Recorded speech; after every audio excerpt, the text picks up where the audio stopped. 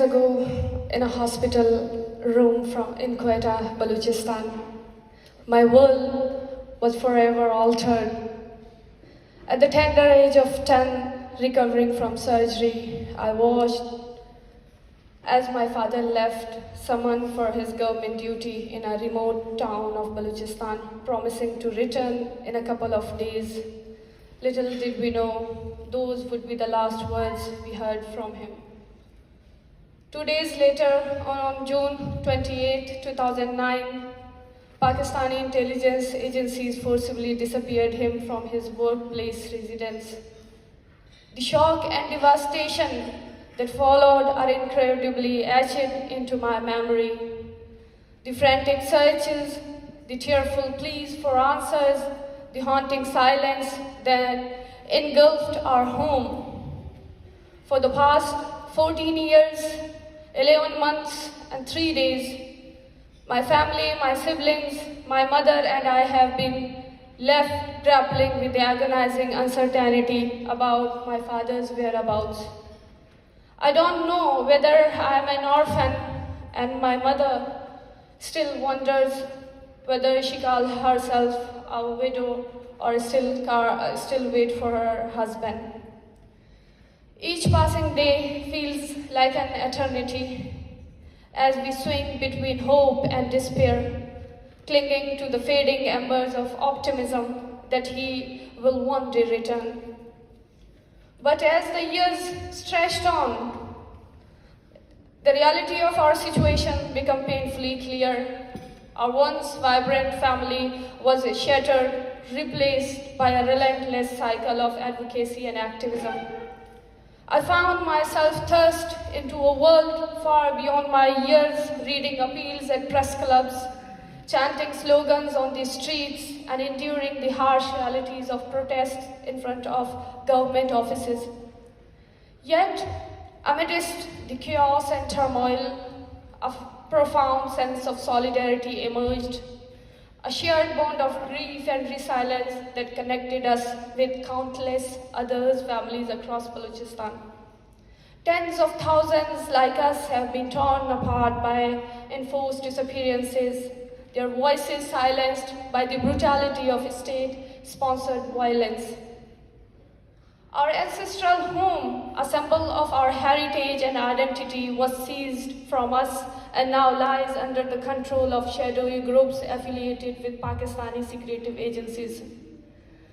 The loss of our home, coupled with the daily challenges of life without my father's guidance, has left us reeling, struggling to find our footing in a world that seems determined to erase our existence. But amidst the darkness, there is a flicker of hope, a glimmer of resilience that refuses to be extinguished. Despite the overwhelming odds stacked against us, I have become to realize that my voice cannot be confined to advocating for the release of my fathers alone. I am driven by a sense of duty to my family, to my community, to every victim of human rights violations who has been silenced by the oppressive forces that seek to crush our spirits. Some say I am a beacon of hope for other victim families, a guiding light in their darkest hour, but the weight of that responsibility is a heavy burden to bear. Can you grasp the depth of helplessness in Balochistan when other victims seek solace from me, a daughter who has spent the last 15 years in searching for her own father? The plight of Balochistan extends far beyond the border of our homeland. It's a story of systematic oppression and unspeakable atrocities committed against us, innocent men, women, and children who dare to speak out against injustices. It is a story that demands to be heard, a story that must not be relegated to the shadows of indifference. For the past 7 decades, the people of Balochistan have endured severe violations of human rights, with the situation worsening significantly over the last 2 decades. Tens of thousands have fallen victim of enforced disappearances, their voices silenced by the cruel hand of state-sponsored violence. Several mass graves have been unearthed, bearing silence witness to the horrors that have been inflicted upon the people. The process of burying unidentified bodies in an abandoned graveyard continues unabated, a grim reminder to the countless lives lost to the brutality of enforced disappearances. Every time we receive the news of a dead body, the families of victims of enforced disappearances are plunged into an unbearable pain and anguish. It's a collective, re-traumatizing experience. For us, the mere through the body may belong to our missing loved ones is enough to send shivers down to our spines. Some bodies are identified, bringing a semblance of closure to grieving families, but for others, we left to bury them as unknown bodies, our living loved ones becoming the unknown in the sea of uncertainty. The absence of government measures to conduct DNA tests to ascertain their identity only adds to our torment. The most painful aspects is the bittersweet mix of emotions that accompanies such burials.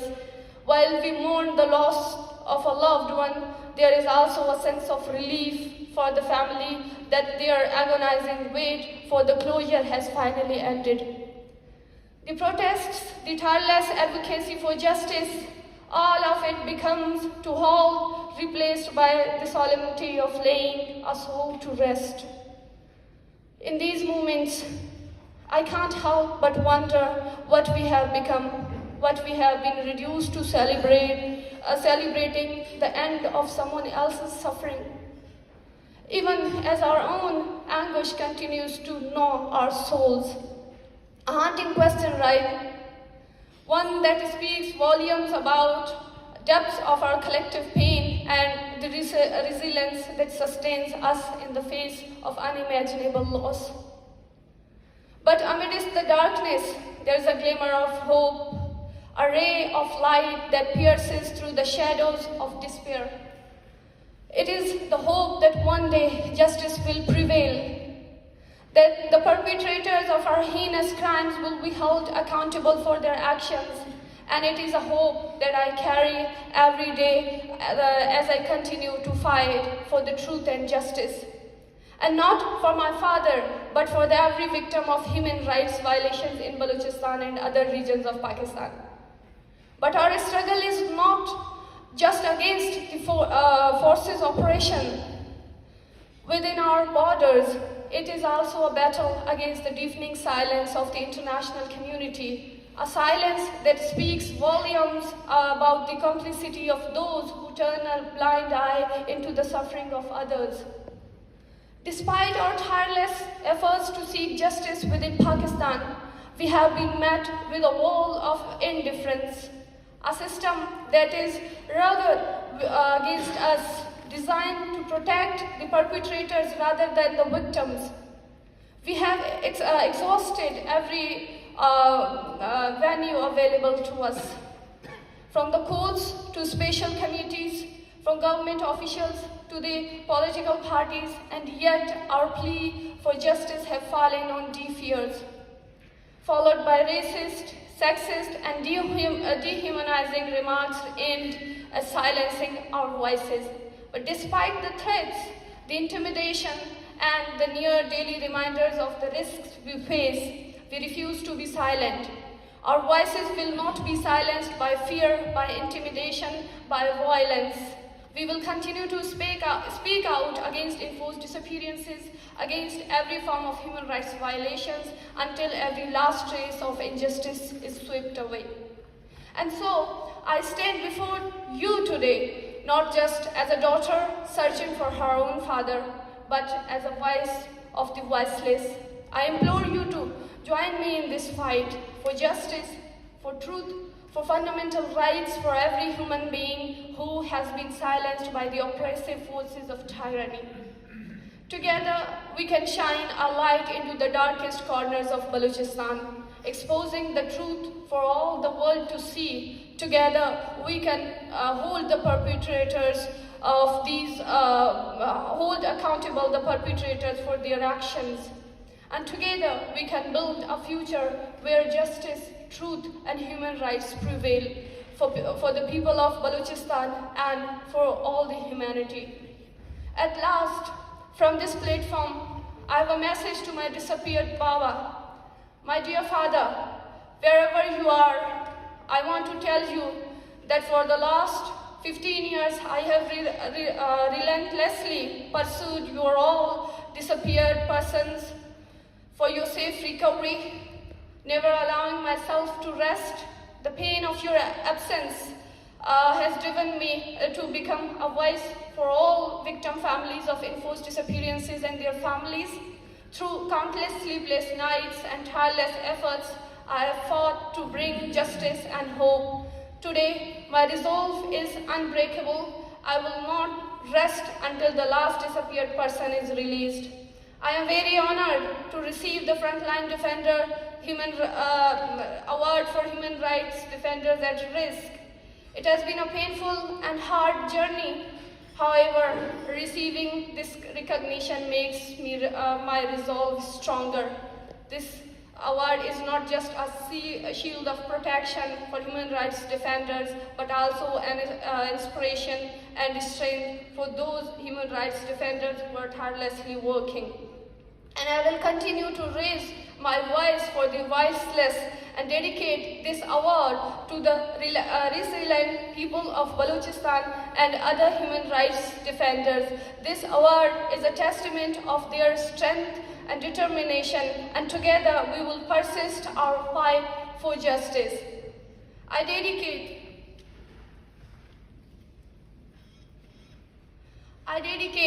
this award to the brave family members of forcibly disappeared persons, the mothers, the sisters and daughters who are tirelessly struggling in darkest atmosphere of hopelessness again and again. They are gathering their self-strength and fighting.